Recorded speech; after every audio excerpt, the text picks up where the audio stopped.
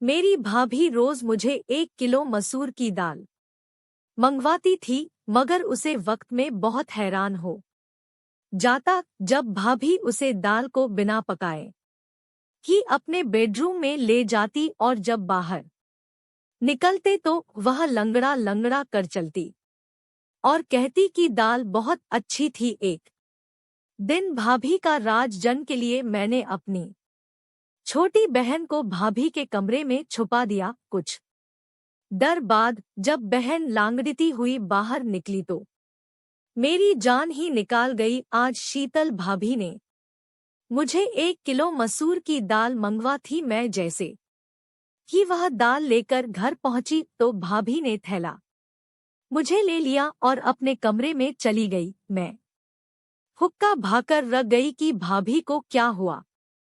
अभी आधा घंटा ही हुआ होगा कि मेरे भैया ऑफिस से जल्दी घर ए गए थे। उनकी तबीयत खराब थी और मैं अपने कमरे में ही बैठी थी। भैया को देखकर मैं जल्दी से उठकर उनके पास ए गई थी। मुझे उनकी चिंता सताने लगी थी, मगर वह बोले थोड़ी देर आराम करूंगा तो ठीक हो जाऊंगा। फिर उन्होंने अपने कमरे में जान के लिए दरवाजा खोलना की कोशिश की तो दरवाजा अंदर से बैंड था। भैया को कुछ शक हुआ तो भैया ने दरवाजा पीट डाला, मगर कमरे से तो भाभी की कोई आवाज ही नहीं ए रही थी। भैया ने मुझे घर कर पूछा, शीतल कहाँ है और दरवाजा अंदर से क्यों बैंड है। मैं घबरा गई और बोली, भैया भाभी तो कमरे में ही है, शायद उनकी आंख ग गई होगी, हो सकता है भाभी आराम कर रही हूँ। भाई ने जोर जोर से दरवाजा बजाया, फिर बोले, शीतल दरवाजा खोलो, जल्दी करो। लेकिन भाभी ने कोई आवाज नहीं दी। मैं भैया का हाथ पकड़कर उन्हें बाहर बरामदे में लेकर ए गई और बोली, आप यहाँ बैठ जाइए, मैं दरवाजा खुलवाती हूँ। अब मैंने जोर जोर से दरवाजा पीटना शुरू कर दिया और साथ ही साथ कहती रही कि भाभी दरवाजा खोल दो, भैया आराम करने के लिए घर आए हैं। उनकी तबीयत कुछ ठीक नहीं करती है। लेकिन अंदर इतनी शांति थी कि कोई हलचल ही नहीं हो रही थी। मैं भैया के पास आकर बैठ गई। उनका चेहरा गुस्से से लाल हो रहा था। मैं बोली, भैया आप मेरे कमरे में आराम कर लीजिए, हो सकता है भाभी सो गई हूँ, निशा भी तो सो ही रही है ना। भैया ने ना। मैं सर हिल दिया और मुझे बोले कि तुम यहाँ से जो तुम भी आराम कर लो। लेकिन मैं भैया के पास ही बैठी रही। तभी भैया के कमरे का दरवाजा खुला और भाभी लंगड़ाते हुए बाहर निकालने लगी। भैया एकदम गुस्से से उठे और भाभी पर चिल्लाते हुए बोले, कैमरा अंदर से बैंड क्यों था, तुम नहीं जानती क्या मैं अपनी 2 मासूम बहाने तुम्हारे हवाले करके कम के लिए बाहर जाता हूँ। तुम तो हर रोज ही यही सब करती होगी। तुमने मेरी बहनों को अपना समझा ही नहीं है। मैं खुद 16 साल की कम उम्र और डरपोक सी लड़की थी।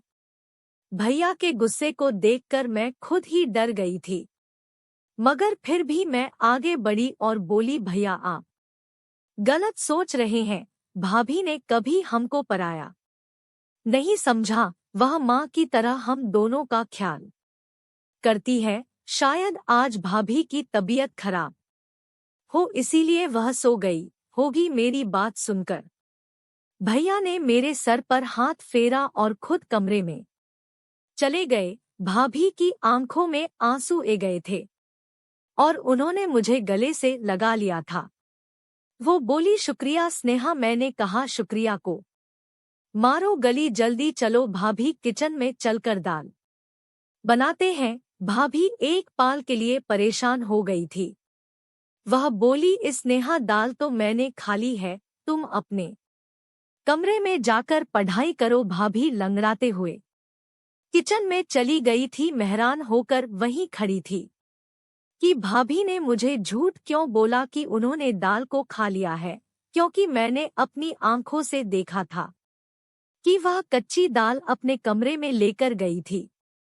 मैं अपने कमरे में ए गई और पढ़ते पढ़ते ना जान मेरी कब आंख ग गई थी और फिर सुबह को घबराकर मेरी अचानक से आंख खली। मेरे साथ साथ निशा भी जग गई थी और अब हम दोनों किचन में जाकर भाभी की मदद करने लगे। आज भाभी भी मुझे बड़ी बेचैन सी और कोई सी ग रही थी।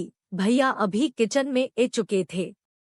अब भैया भी रिलैक्स ग रहे थे, भाभी से आराम से बातें कर रहे थे। मैंने यह सोचकर यह सब नजर अंदाज कर दिया था कि यह सब मेरा वहाँ ही होगा। सुबह में जल्दी उठकर कॉलेज के लिए तैयार हो गई और भैया के साथ ही चली गई थी। वह ऑफिस जाते हुए मुझे भी अपने साथ लेकर जय करते थे। मैं और निशा एक ही कॉलेज में एक साथ पढ़ने थे। उसकी फर्स्ट ईयर के एग्जाम हो चुके थे, इसलिए उसके छुट्टियां चल रही थी, जबकि मैं सेकंड ईयर में थी और मेरे एग्जाम के लिए अभी 3 महीने बाकी थे। कॉलेज से घर आने के लिए मैं बस में सफर करती थी।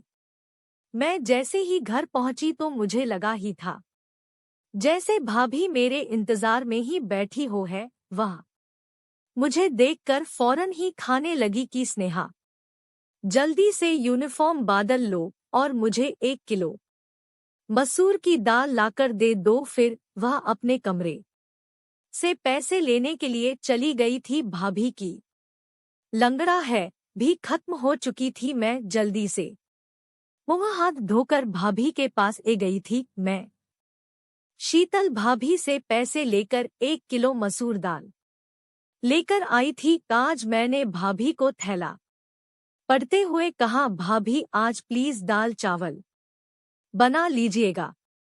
मेरी भाभी के चेहरे का रंग एक पाल के लिए फीका पड़ गया था। फिर उन्होंने हमें सर हिल दिया और दाल अपने कमरे में लेकर चली गई। मुझे एकदम से अजीब सा लगा था कि ऐसा कैसे हो सकता है कि कच्चे दाल अपने कमरे में कौन लेकर जाता है। फिर मैं यही सब सोचती हुई अपने कमरे में ए गई थी और पढ़ने लगी। शाम के वक्त भैया ऑफिस से आए तो मेरे और निशा के लिए खाने पीने का सामान लेकर आए थे। भैया की आवाज सुनकर भाभी भी अपने कमरे से निकालकर ए गई और वह लंगड़ा कर चल रही थी। मैं हैरान रह गई कि पहले तो भाभी के पर की लंगड़ाहट खत्म हो गई थी, अब दोबारा वह क्यों लांगला रही है।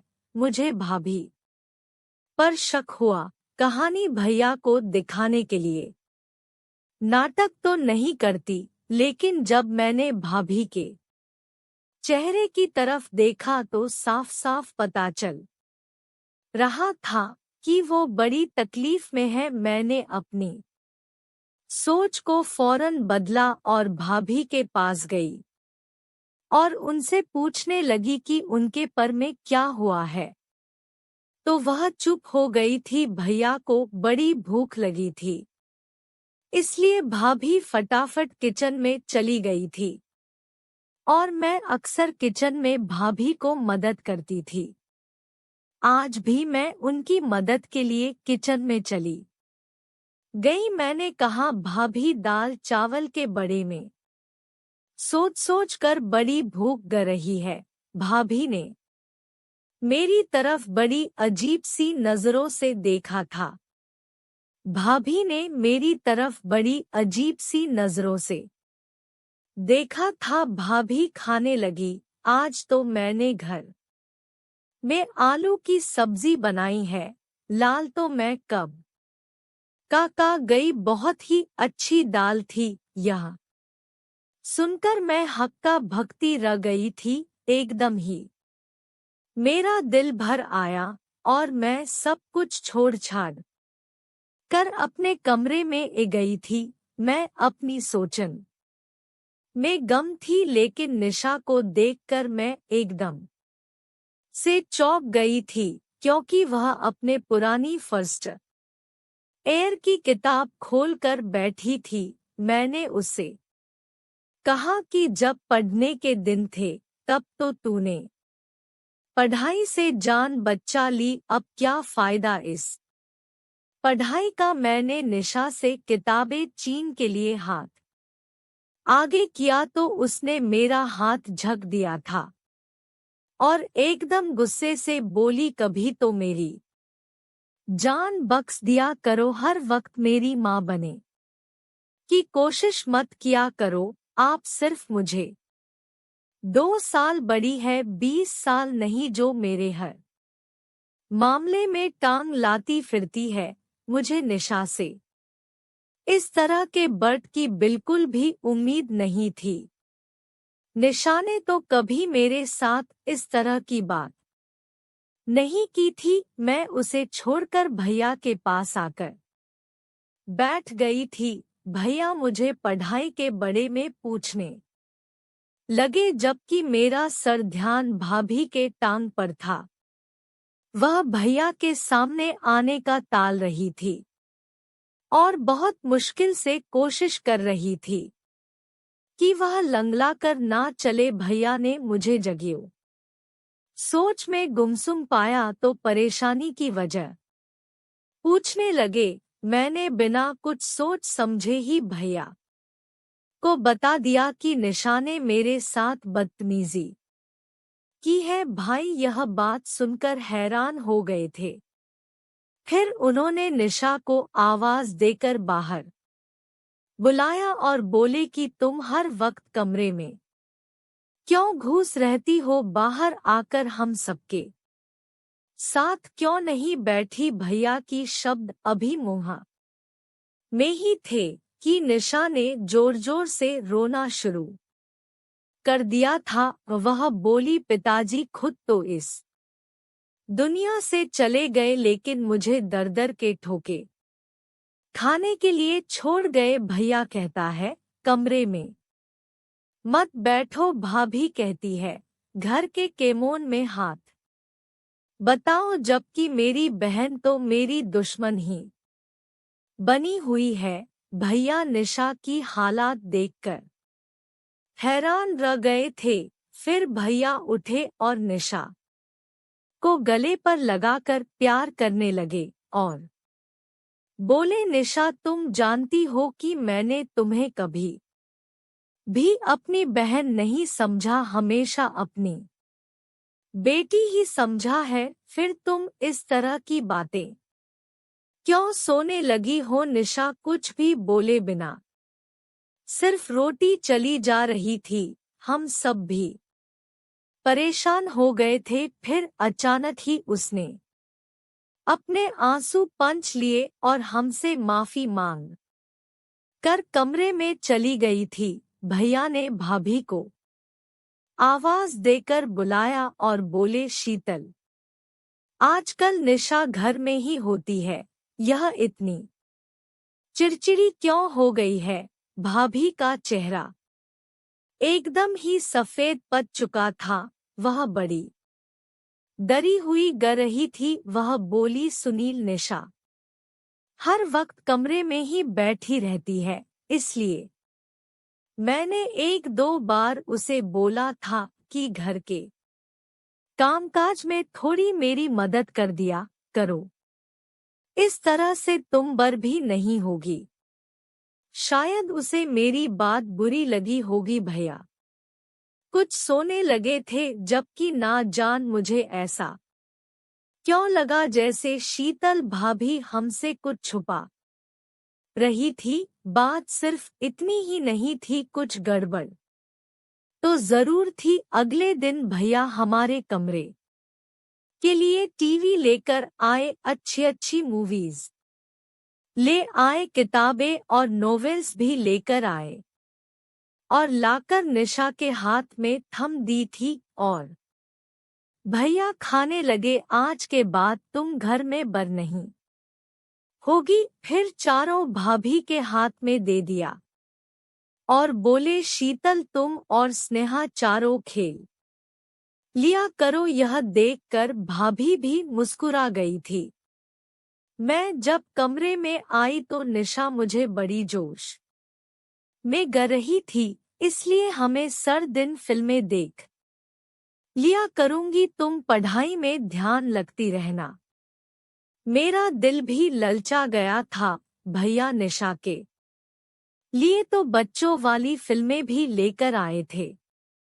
मैं डर रात तक जाकर पढ़ाई करती थी। एक दिन मैं पढ़ाई कर रही थी, तब मैंने भाभी को अपने कमरे से निकलते हुए देखा। वह तेज तेज कदमों से चलती हुई छत पर चली गई थी।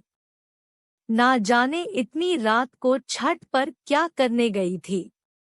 मैं तो बड़ी परेशान हो गई थी। मैं पढ़ाई वगैरह सब भूल बाहर ही देखते रह गई थी। तकरीबन 1 घंटा छत पर बिताकर भाभी अपने कमरे में वापस चली गई थी। आखिर यह सब हो क्या रहा था। मैं इस फिक्र में गलती जा रही थी, जबकि मेरा दिल पढ़ाई में नहीं ग रहा था। मैं कॉलेज से जैसे ही वापस आई तो भाभी ने मुझे पैसे थम दिए और फिर से मुझे 1 किलो मसूर दाल लाने के लिए भेज दिया था।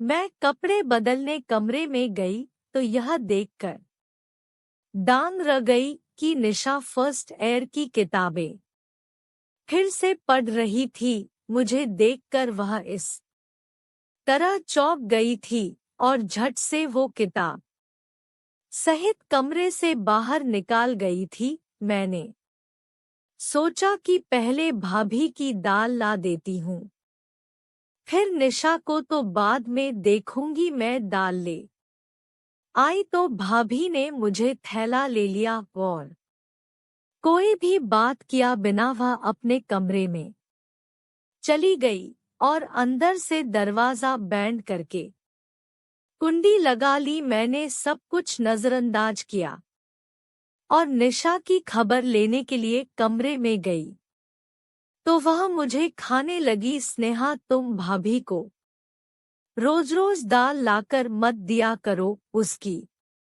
यह बात सुनकर मैं हैरान रह गई कि वो ऐसा क्यों कर रही है, तो मैंने इस पर उससे पूछा, क्यों, क्या हुआ। निशा जल्दी से उठकर वह मेरे पास आई और कान में मुझे ऐसी बात बोल दी कि मेरा सर चकराने लगा। मनीषा की बात झुठला भी नहीं सकती थी, क्योंकि वो सर दिन घर में ही होती थी। उसे तो भाभी के हर कम की बराबर जानकारी होती थी।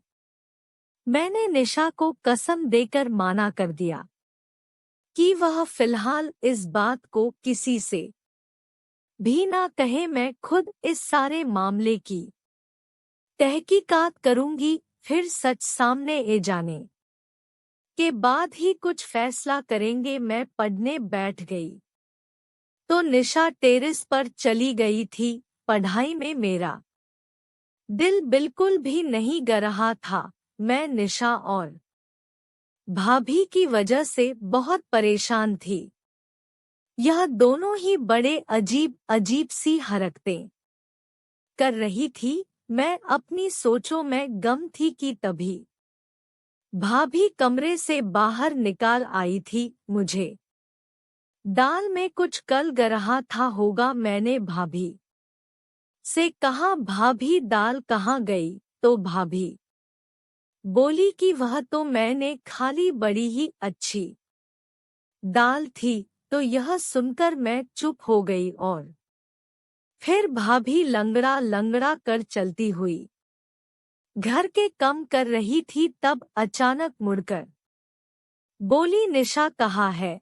तो मैंने उन्हें बताया कि वो छत पर गई है। यह सुनकर भाभी के चेहरे का रंग अचानक ही उड़ गया था। वह लांगड़ाते हुई छत की तरफ जान लगी थी। मैंने सिर्फ झक दिया और अपनी किताब उठा ली। यह दोनों तो पागल हैं, मुझे भी पागल कर देगी। लेकिन मेरा दिल पढ़ाई में नहीं ग रहा था। भाभी को छत पर गए हुए बहुत डर हो गई थी। मैं भी उन दोनों के पीछे ही छत पर चली गई। सीढ़ियों पर चढ़ते हुए मैं भाभी की आवाज आसानी से सुन सकती थी। भाभी निशा को बुरी तरह से डांट रही थी। निशा के रंग की आवाज भी ए रही थी। मेरा दिल अपनी बहन के लिए टूट सा गया था। मैं जैसे ही छत पर पहुंची तो भाभी मुझे देखकर डर गई थी। उन्होंने त्वचा को गले से लगाया और प्यार से बोली, चारों नहीं खेलोगे अपनी भाभी के साथ। निशा ने भी अपने आंसू पंच दिए थे और जबरदस्ती मुस्कुराने की कोशिश कर रही थी। मैं उन दोनों को हैरत से देख रही थी। मैंने निशा का हाथ पड़ा और उसे खींचते हुए नीचे लेकर गई थी। उसे कमरे में लाकर मैंने पूछा, भाभी तुम्हें क्यों डांट रही थी? निशा घबरा गई और बोली, नहीं तो भाभी मुझे क्यों तेजी, बल्कि वह तो मुझे बहुत प्यार करती है। मैं कुछ सोच कर चुप हो गई थी। मैंने कहा, निशा मुझे तुम्हारी मदद की जरूर है। मैं भाभी का राज जानना चाहती हूँ। उसे दिन तुमने जो मुझे बात बताई थी वह सिर्फ तुम्हारा वहाँ था, लेकिन मैं चाहती हूँ कि तुम मुझे असली सबूत ला कर दो। कल जब मैं भाभी को दाल ला कर दूंगी तो तुम उनके कमरे में चुप कर देखना कि वह दाल कैसे खाती है और फिर लंगड़ा कर क्यों चलने लगती है। मेरी बात सुनकर निशा एकदम से मुस्कुरा गई थी। वह बोली, मैं तुम्हारा साथ दूंगी। अगले दिन कॉलेज से वापस आते समय मैं अपने दिमाग में सर प्लेन फिट करके आई थी। घर पहुंची तो मैंने भाभी को मेरा इंतजार करते हुए पाया था। वह बोली, स्नेहा जल्दी से दाल लाकर दे दो। मोहम्मद होने के लिए कमरे में चली गई और निशा को भी समझा दिया कि जैसे ही भाभी को आवाज देकर मैं बुला लूंगी तो उनके कमरे में जाकर चुप जाना। उसने हाँका दिया था। मैंने भाभी को आवाज दी और कहा, भाभी दाल अब महंगी हो गई है, थोड़े पैसे और देने पड़ेंगे। भाभी मुस्कुरा कर बोली, तो फिर क्या हुआ, मैं अभी लाकर देती हूँ पैसे। इतनी डर में निशा भाभी के कमरे में जाकर चुप गई थी। मैं दाल ले आई थी। भाभी ने खुशी खुशी वो दाल मुझे ले ली और अपने कमरे में चली गई। मैं बाहर बरामदे में बेचैन होकर चक्कर पर चक्कर काट रही थी। 1 घंटे बाद भाभी के कमरे का दरवाजा खुला और वह लांगड़ती हुई कमरे से बाहर आ गई। फिर भाभी किचन में चली गई तो निशा भी उनके कमरे से बाहर निकाल आई। यह देखकर तुम्हें डांग रह गई कि निशा भी आज लंगड़ा कर चल रही थी। मैंने निशा का हाथ पड़ा और जल्दी से पूछा, निशब्द बताओ, मुझे क्या मालूम हुआ? निशा बड़ी परेशान से गर रही थी। वो बोली, स्नेहा मैंने तो तुम्हें पहले ही बता दिया था कि भाभी हमसे छुप छुप कर घर से निकलते हैं, मगर तुमने मेरी बात का यकीन ही नहीं किया था। वो खिड़की बहुत छोटी है, उससे निकलते वक्त पर में चोट ग जाती है, इसलिए भाभी लंगड़ा कर चलती है। मैं भी उसे खिड़की से निकालकर भाभी के पीछे जाना चाहती थी, मगर इस चोट की वजह से मैं वापस आ गई। मैंने निशा को कसम दी कि वह भैया को इस बड़े में कुछ भी ना बताएं। वह बोली, पागल तो मैं हूं नहीं जो भाई का घर दिमाग दूसरी तरफ घूमना चाहती थी, जबकि मैं खुद इस दुविधा में फंस गई थी कि भाभी के बड़े में मैं भैया को कैसे बताऊं या फिर ना बताऊं। भाभी हमारे साथ तो बहुत अच्छे से रहती थी, मगर वो मेरे भैया के साथ बेवफाई कर रही थी। यही बातें सोचते सोचते मेरी आंख गई थी। ना जान कितनी डर मैं सोई रही, जब भैया के चखने चिल्लाने की आवाज आई तब मैं घबरा कर उठ बैठी थी। मेरी तो जान ही निकाल गई थी। मैं भगती हुई बरामदे में गई तो मैंने भैया, भाभी और निशा को देखा। मुझे लगा निशा ने भाभी की हकीकत भैया को बता दी, तभी तो फोन पर गुस्सा कर रहे हैं। मुझे देखकर भैया गुस्से से बोले, स्नेहा मैं तो तुम्हें बहुत होशियार समझना था, मगर तुम भी इसको नहीं संभल पी। भैया का इशारा निशा की तरफ था। मैं जल्दी से आगे बढ़ी और बोली, भैया हुआ क्या है? भाई की आंखों में आंसू आ गए थे। तुम निशा से मुझे यह पता करके बता दो कि छठ पर कौन था जो इससे मिलने के लिए आया था। मैं एकदम ही डर गई थी। मैंने जोर जोर से ना मैं सर हिल दिया था। मैं भैया से खाने लगी, भैया हमारे निशा ऐसी नहीं है। जरूर आपको कोई गलतफहमी हुई होगी। भाभी भी आगे बढ़कर बोली, सुनील आप बिना सबूत इतना गुस्सा ना करे, बच्ची है सुधर जाएगी। भैया अब भाभी को घूर घूर के देख रहे थे। वो बोले, मैंने शादी के पहले दिन ही तुम्हें बता दिया था कि यह दोनों लड़कियां सिर्फ मेरी बहाने नहीं है, बल्कि मैं इन्हें अपनी बेटियां भी समझना हूँ। तुम माँ बनकर इनकी परवरिश करना, इस तरह से पालन पोषण किया है तुमने इनका। मैंने निशा का हाथ पकड़ा और उसे अपने कमरे में ले गई थी। मैंने निशा से पूछा, तुम मुझे सब कुछ सच सच बता दो कि आखिर बात हुई क्या है।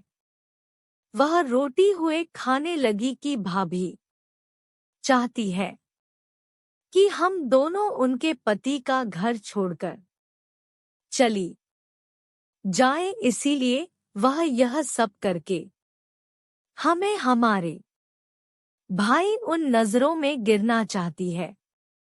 मैं बोली, तुम फिक्र ना करो, हमारे लिए गड्ढा खोदने वाले खुद ही उसमें गिर जाएगी। अगले दिन में भैया के साथ कॉलेज जान लगी तो भैया बड़े खामोश से थे। उनकी आंखों में गुस्सा सांप दिखे रहा था। मैंने भैया से कहा, भैया आजा ऑफिस से आधी छुट्टी लेकर मुझे कॉलेज से लेने के लिए ए जाएगा। मैं एक हकीकत आपके सामने रखना चाहती हूँ। भैया कुछ कहे बिना ही चले गए थे, मगर ये उनकी मेहरबानी थी कि वह मुझे लेने के लिए ए गए थे। मैंने उनसे कहा कि वह घर से बाहर ही रहे जब तक मैं इशारा करके उन्हें ना बुलाऊं, तभी वह जैसे ही घर गई भाभी ने दाल का ऑर्डर दे दिया। थोड़ी देर बाद जब मैं दाल लेने बाहर निकली तो भैया आगे बढ़े और बोले, कहाँ जा रही हो? मैंने कहा बस आप चुप रहे, आज हकीकत आपके सामने ए जाएगी। मैं दाल लेकर घर चली गई तो भाभी ने मेरे हाथ से दाल का थैला ले लिया और कमरे में चली गई। मुझे इसी वक्त का इंतजार था। मैं जल्दी से घर से बाहर आई और भैया को अपने साथ घर लेकर गई। मैंने कहा, भैया आप अपने कमरे का दरवाजा खोलिए। भैया के पास एक कतर था जिसके जारी से उन्होंने कमरे का दरवाजा खोल लिया था। जब हम अंदर दाखिल हुए तो भाभी अंदर कमरे में नहीं थी। उनके कमरे की खुफिया खिड़की खुली हुई थी। भाई ने उसे खिड़की से बाहर देखा तो उन्हें भाभी नजर आई। वो तेज तेज चलती हुई कहानी जा रही थी। भैया भी उसे खिड़की से कूद गए थे, जबकि मैं और निशा भी बड़ी मुश्किल से उसे खिड़की से उतार पे थे।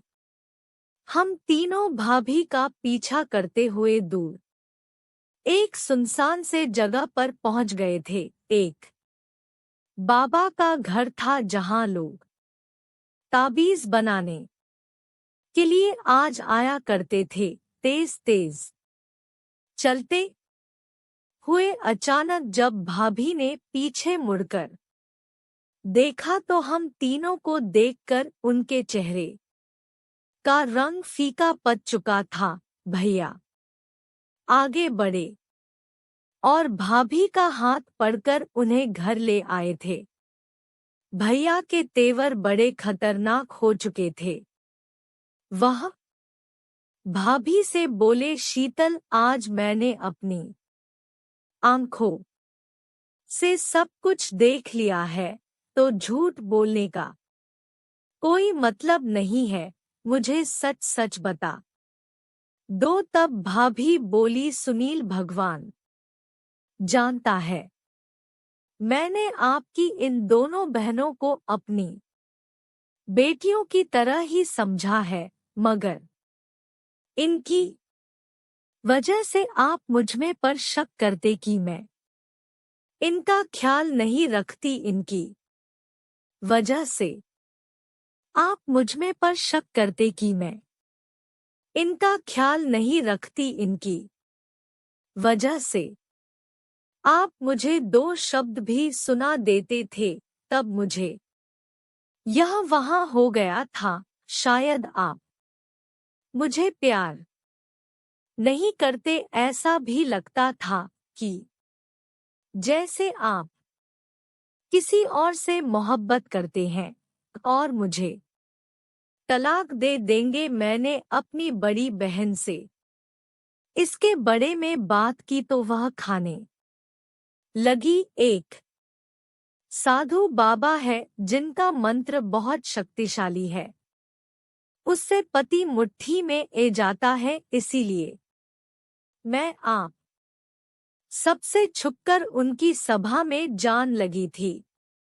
साधु बाबा ने कहा था कि पूरे 30 दिन नमक 1 किलो मसूर की दाल पर मंत्र का प्रयोग करना है और वही दाल नहर के किनारे फेंक देनी है। मुझे यह सब करते हुए पूरे 25 दिन हो चुके थे। मैं आप दोनों के जान के बाद इस मंत्र का पाठ करती थी, जिसकी वजह से निशा पर ध्यान ना रखे के आवारा लड़के रवि से मोहब्बत कर बैठी और इनके दरमियां चिट्ठी और खाट का सिलसिला शुरू हो चुका था।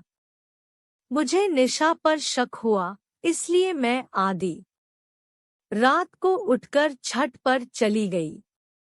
तब मुझे रवि का खाट नजर आया। उसने निशा की बहुत तारीफ करी थी। मैंने वह निशा को दिखाई हुए कहा कि मैं तुम्हारी हकीकत तुम्हारे भैया को बता दूंगी, इसीलिए समय के रहते सुधार जो। मगर निशा, तुम मुझे ही अपना दुश्मन समझना लगी थी। मैं यह ठान चुकी थी कि 30 दिन बाद यह भीम पूरी हो जाएगी और मेरी मन्नत भी। इसके बाद में निशा से शक्ति से पेश आऊंगी, मगर दिव्या व्रत पूरा होने से पहले नहीं रख पी। मैंने निशा की तरफ देखा तो वह शर्म के मारे सर झुकाकर खड़ी थी। भैया ने आगे बढ़कर निशा के सर पर हाथ रख दिया और बोले, बेटा, अगर रवि अच्छा लड़का होता तो मैं उसकी शादी तुम्हारे साथ खुद करवा देता, मगर वह बहुत बड़ा इंसान है। इलाके की हर लड़की के ऊपर उसकी नजर है।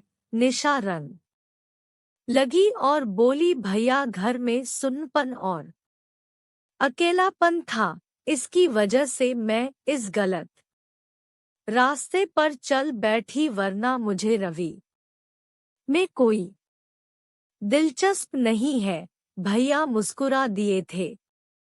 उनके सर से भारी बोझ उतार गया। आप भाभी को कुछ मत कहना, वह हमारी माँ जैसी है। भाभी रोती हुए हम दोनों बहनों के गले लग गई और एक बार फिर हमारे घर में प्यार का खुशनुमा माहौल बन चुका था। दोस्तों, उम्मीद करती हूँ आपको हमारी कहानी पसंद आई होगी। कहानी पसंद आई है तो वीडियो को लाइक करें। चैनल पर नए हैं तो चैनल को सब्सक्राइब करें और हाँ, नोटिफिकेशन बेल को जरूर दबे ताकि अगली अपडेट सबसे पहले आपको मिले।